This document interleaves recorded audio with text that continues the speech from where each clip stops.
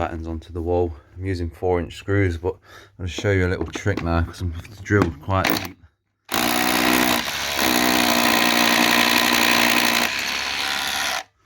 Right, so I've drilled in about 3.5 inches.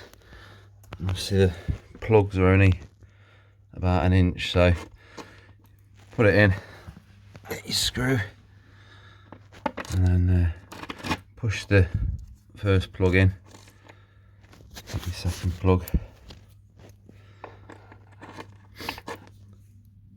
push that one in too.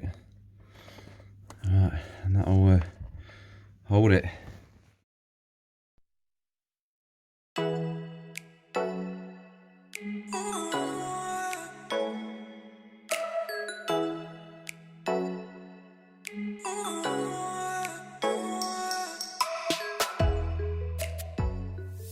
So I've got one hanging on the wall.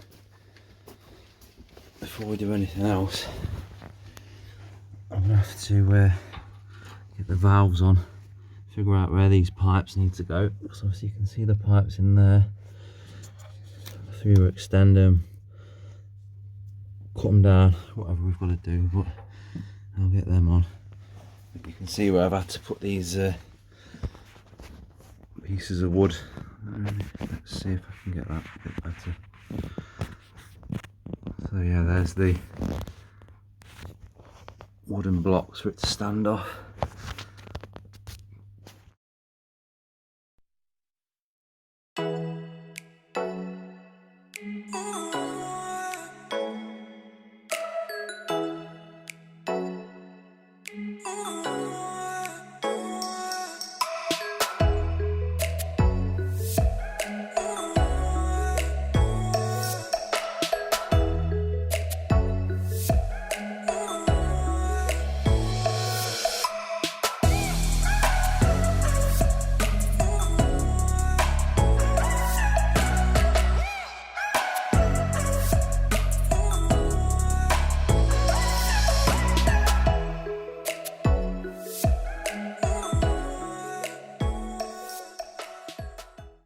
Right, I've got these radiators fitted now on both sides. So this is the second one I've just done.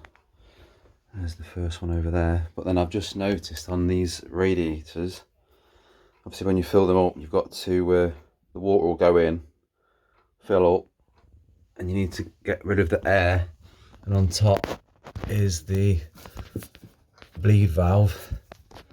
And obviously the key has to go in. So this one's okay. But then going back to this one, the first one I've done,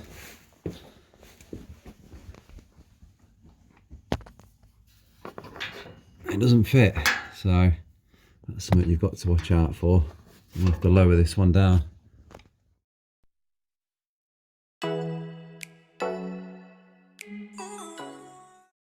Right, so I've lowered it down, so you can see the bleed valve or bleed nipple up there. The key now fits, so we can fill these up. But I'm still waiting for the valves to turn up. I can't really do much else until I get the valves.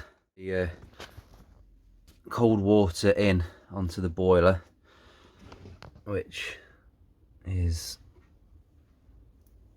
this one, and also the hot water which goes to your taps, which is this one here.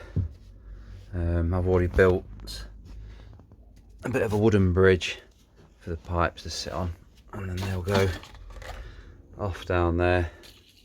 I'll have to put a couple of bends in, take it off around there, and then they've got to head over into that corner somewhere. When you buy a boiler and unbox everything, this piece of paper is inside, so basically you unfold it, pin it onto the wall, and it tells you where to core out for your flue, how much clearance to leave underneath, etc. So yeah, it tells you the heating out, hot water out, the gas in, cold water in, and the heating return pipes. So yeah, it's pretty straightforward. And obviously the mains connection, your thermostat, but we'll go into that another day. Right, because my hot and cold water pipes are coming from this direction, you just have to make sure that I have to make sure the hot water goes in first, stays like furthest away from the joist, and the cold water stays closest to the joist, because this will have a 90-degree bend, and then also this one will have a 90-degree bend, which will work out okay. But if you were to do it the other way around, so the cold water is furthest away and the hot water is closest to the joist, you put a 90-degree bend in there, but then a 90-degree bend in there, but it can't, well, you'd have to end up doing something fancy, like to put a bridge over it so it'd sit over the top, so it's just a lot more hassle. So if you just try and plan ahead, it should work out alright. So I'm just going to put a join halfway on each one, and then another 90-degree bend up. So yeah, it should work out alright.